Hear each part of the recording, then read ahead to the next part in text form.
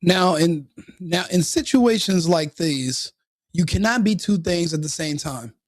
You can't be a country that's focused on humanitarianism while also being a serious country. Something's going to have to take the back seat. Do we want to know as being a serious country that you should not mess with? Or do we want to be known as humanitarians that give everything to the world until we have nothing left? I will take door number one. We have to be a serious country. And what happened to these men is more or less a real life version of the TV show Scared Straight. Illegals or anyone in any country that's thinking of crossing any country's borders illegally should see this video. It is more of a it's more of an incentive to get them to avoid even making an attempt or trying crime because they know there are serious consequences. And I don't think it gets much worse than this. So let's go ahead and take a look. The report found some Venezuelan citizens deported by the Trump administration to El Salvador faced horrifying abuse during their time in a notorious prison. The abuse allegedly includes systematic torture, sexual violence, and forced disappearances. Okay. Last time I checked, punishment was punishment. As a criminal, you don't get to decide what your punishment will be. Only a non-serious country would do that. If whatever kind of abuses you're going through, you're not an American citizen. It is inconsequential for Americans to even be worried or concerned about what happens to foreign criminals that are caught in our country, that are arrested, that have criminal records, that are deported. Complaining to us after the fact to pull on American heartstrings, it's more or less a waste of your time. You can do it, but what do you expect us to do about it? You're not an American citizen. Our Constitution and our rights do not apply to you. You were a guest here and you took our kindness for weakness. You were a criminal. You broke in here. You broke our laws because you have zero respect for our laws, because you have zero respect for our country. Now that we've decided to become serious and to not allow ourselves to be ran over by illegal criminals, well, now everybody wants to cry. Frankly, we don't give a damn. But we're going to go ahead and let these bleeding heart liberals plead their case. But let this be seen by every illegal across the world who is considering breaking into our country to steal our resources and exploit our system. CBS News immigration and politics reporter Camila Montoya Galvez broke down the details earlier today with our Vlad Dutier. The investigation found the detainees were victims of what they called constant beatings by officials at the notorious maximum security prison known as CECOT in El Salvador, as well as other forms of mistreatment, including, in some cases, sexual abuse, Vlad. I don't see how that's any different than an American prison. Prisoners die in the United States every day. They are sexually assaulted every day. I'll be honest. Judges, police, everyone knows that sexual assault is the number one penalty of going to prison. No one's in any disillusion about that. I'll be honest. I think that they literally count on that to be a deterrent for criminals. When you're trying to tell kids, hey, don't grow up and, start a life of crime because you're going to go to jail, they might as well just tell these kids, don't start a life of crime unless you want to be gay. Because once you get to jail, there's a lot of gay sex happening. I'm talking tons. I'm talking, everyone talks about it. I've never been to prison, but for what I'm hearing, it's a big old orgy. And you got to think about it. When these kids are hearing, they need to hear the real story of the real punishment. The punishment is not just being bored sitting in a cell all day. The punishment is when several men hold you down and rip your butthole up. So that is something that you should talk to kids about or people in advance, because they don't understand what prison is until they get there, and then they don't make it out. There's a lot of kids running around with guns and committing crimes because they don't understand the amount of rough sex that awaits them behind bars. And I think that should be clear, and now these prisoners are finding out too. This is, again, a scared straight for adult illegals who are considering committing crimes against the republic known as the United States of America. Investigators argue that some of these cases constitute torture under international law, and citing interviews with more than 40 of the Venezuelan men held at this mega prison in that Central American country. The report also said the detainees face inhumane conditions, that they were held incommunicado without sufficient access to food, medical care, and basic hygiene in some cases. Importantly, Vlad, the investigation also raises questions about what the Trump administration has said about these men. The administration, as you might remember, accused all of these migrants of being dangerous criminals, terrorists, and members of the Venezuelan gang known as Tren de Aragua. But okay, so they are urban terrorists, they are domestic terrorists, and they were within our borders.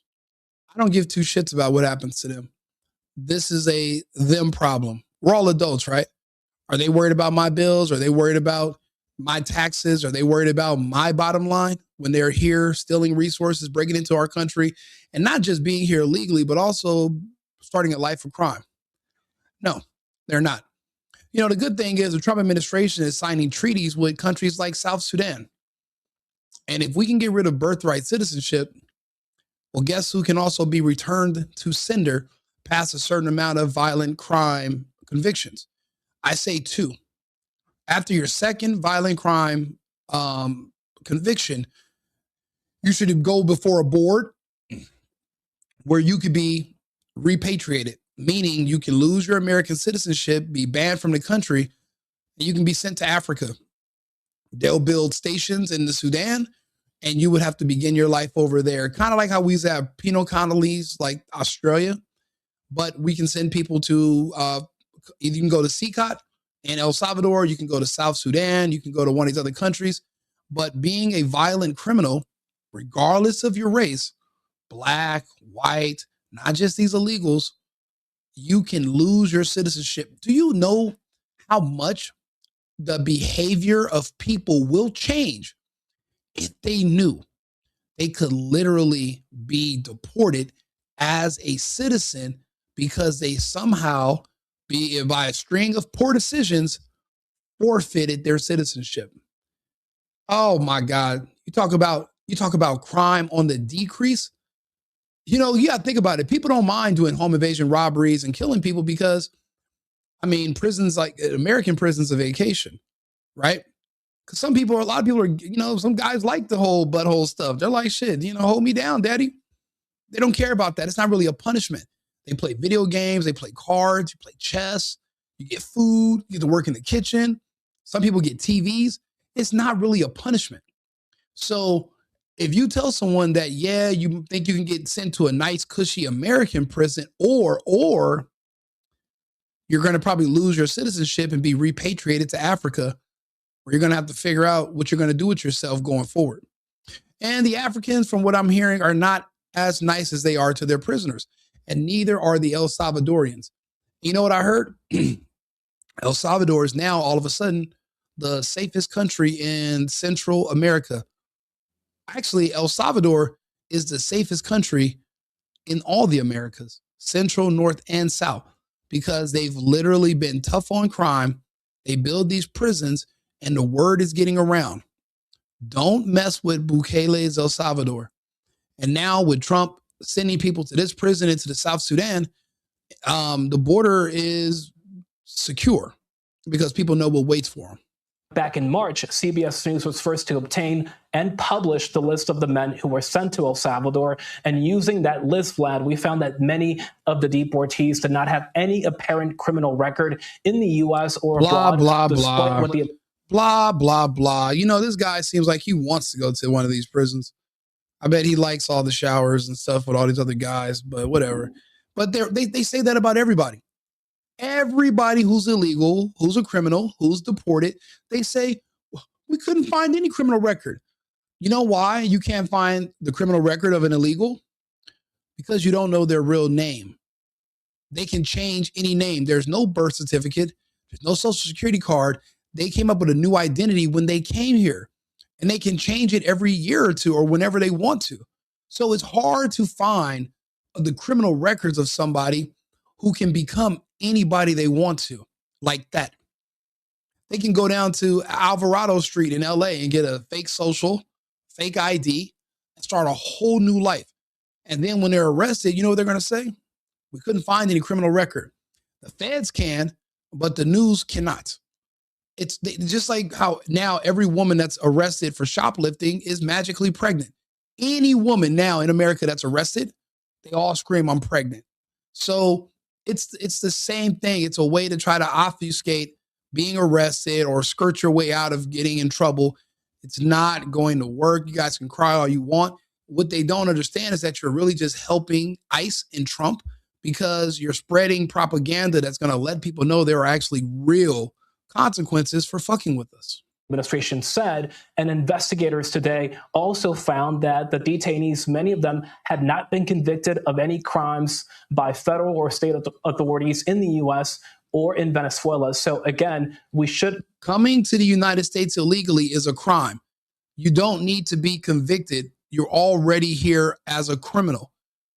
Illegal entry is a crime. I cannot illegally enter any other country. I have to get permission. If I break the law, if I sneak into Canada, I'm breaking the law. That's a crime. Stop saying that. Being here illegally is a crime. If I overstay my, if I'm supposed to be in the country for 90 days, on day 91, I am a criminal. That is a crime. Please stop sharing that BS. We don't want to hear it. That's not going to work either. Being here illegally is a crime. That makes you a criminal, period. Note that many of these men, all of them now, are back in Venezuela after a prisoner swapped, Vlad, was brokered by the U.S. back in July. Well, guess who will not be sneaking back into the country anytime soon? They're back home. Good for them. But guess who's not going to be sneaking? Well, two human rights groups released a report today alleging that roughly 250 Venezuelan men sent by the Trump administration to an infamous prison in El Salvador earlier this year faced mistreatment and abuse. CBS News immigration and politics reporter. How are you supposed to treat criminals? You supposed to rub their backs? You want to read them a bedtime story? Or do you apply belt to ass? The hell, when did everybody become so... I'll be honest, I don't even think they love criminals. I think they just hate Trump. So no matter what Trump does, they hate it. But that's too damn bad. He's our president. And the good thing is, if there is an incoming war or civil conflict in this country, well, you guys know what side I'm on.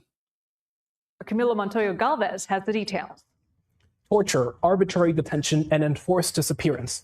That is how human rights investigators are describing the treatment of more than 200 Venezuelan migrants deported by the U.S. to El Salvador back in March. The deportees were held at a notorious mega prison known as CECOT for months before being returned to Venezuela in July as part of a prisoner swap brokered by the U.S. Actually, there's a video that I wanted to play, and it shows... Where is it at? Oh, it was on the 60 Minutes page. Let me see here. 60 Minutes. El Salvador. Let's see here. This one was showing some of these guys actually talking. And I wanted you guys to hear a group of it right here. It began as soon as the planes landed. The deportees thought they were headed from the U.S. back to Venezuela, but instead... Yeah, you don't get your way. You don't get to decide your punishment. You don't get to say, okay, give me a free trip home. You know how much tickets cost to go to Venezuela, and you want me to pay for that too? So I pay for your housing in jail and outside of jail. I pay for your food. I pay for you to have the luxury to go commit crimes. And now you want me to give you a free ticket directly home? No, sir. We got a pit stop to make. Pick you up some donuts in this little restaurant called CECOT. They were shackled, paraded in front of cameras, and delivered to CECOT, the notorious maximum security prison in El Salvador. I mean, I'm talking about this delivery is better than Amazon. This is like using those drones. This is a special delivery. And these are the kind of deliveries they need to be playing on bus stations and train stations to let people know what time it is. The days of just running over the United States are over. Se acabó. Se acabó. Where they told 60 Minutes they endured 4 months of hell. Did you think you were going to die there? 4 months is about right. You're illegally in the United States. You got to have, there are penalties. There are penalties. Why does everybody think that you can just get away with anything, including murder, and not be punished? Like, these people are insane. We thought we were already the living dead, honestly. It began as soon as the planes landed. Yeah, they thought they were the living dead. They thought they were sent to hell. And technically they were.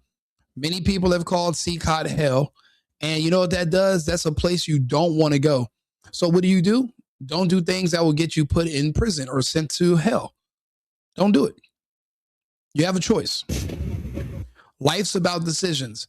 Do you want to live here? Or do you want to live in the free world? What we're about to walk into. Suddenly, you're hit with the intense gaze of dozens locking onto you. These men described as the worst of the worst, tattooed with reminders of El Salvador's dark past. And it's crazy. Many of them were let out of prison and sent directly to the United States. And their country told them, do not come back.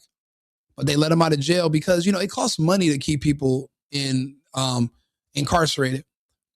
I mean, when we spend thousands a day per person to keep you fed, keep you alive, you're given free medical, but you're a prisoner. You're a slave. And in these other countries, that's a big portion of their budget. They can't just print money like the United States. So to get rid of your prisoner population, why not send them to a country that opened its borders and was asking for them? So now a lot of these people are here, and what we're doing is just the right thing, return to sender. You ever had like your post office, they drop mail off at your house, but it belongs to your neighbor?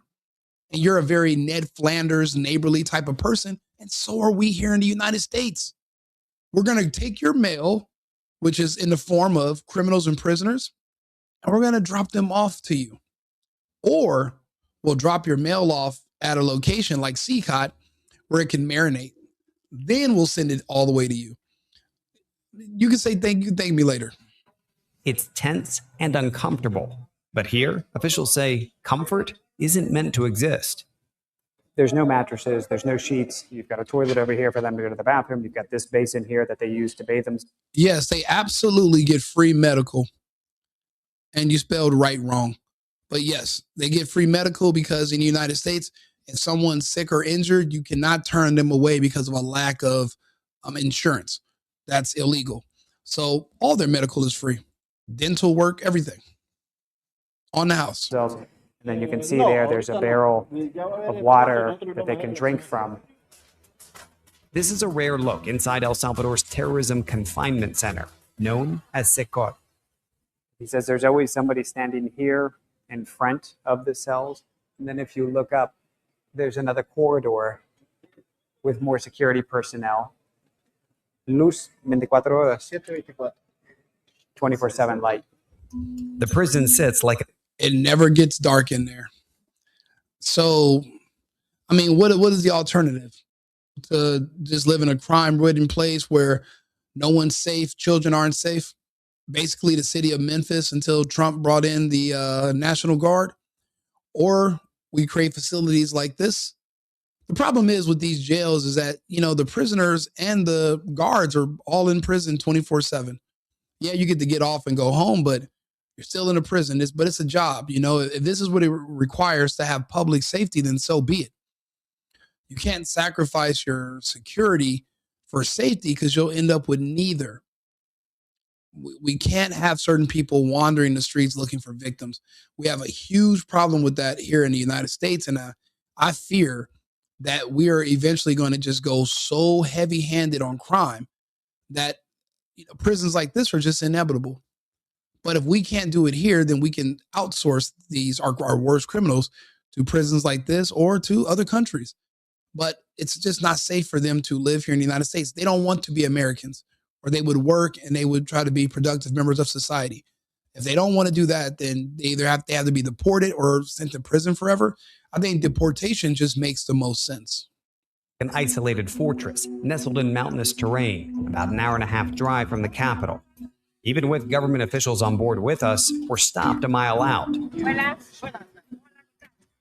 Oh, okay. He's gonna inspect bags now too. Okay, we're clear to get back in. See, people might see this and think this is a dictatorship, but no, this is what a serious country looks like. It takes public safety and security seriously. In the United States, we are way too lax. And that's why we're always victims of something. Right now, we got the power out in San Francisco. Seems deliberate because the power was out even before the substation caught on fire. So what are the odds the power goes out and somebody sets a substation on fire? What is that? What are the odds of that? All at the same time, the same day, right before the holiday. So this is what it looks like when you're a serious country. And people have to respect that. If they don't, then don't live here. But El Salvador is not playing, and now they have one of the safest cities. Business and tourism have increased. More foreigners are going to visit. I want to go visit soon, actually. So, I mean, they're doing the right thing. So President Bukele is serious. He's doing the right thing, and I'm glad he's a friend of our president, Donald Trump. Do me a favor, like and subscribe, share the video. I just wanted to do a short video about what these criminals are complaining about. Criminals complaining is crazy to me, but that's what it is. So share the video, hit the like button. If you can, come follow me on YouTube, The Single Boyfriend, or Right Wing Rico, either one of those channels. I'll be back on live in about 20 minutes with another topic. Remember, America first, America only. I've been needing to find a new apartment, which has not been easy with credit as bad as mine. Luckily, I found cosigning.com. They connected me with a cosigner who helped me get my dream apartment for me and my dog. I just paid a small fee and was able to move in fast. Get the cosigner you need for the apartment you want. Check out cosigning.com today.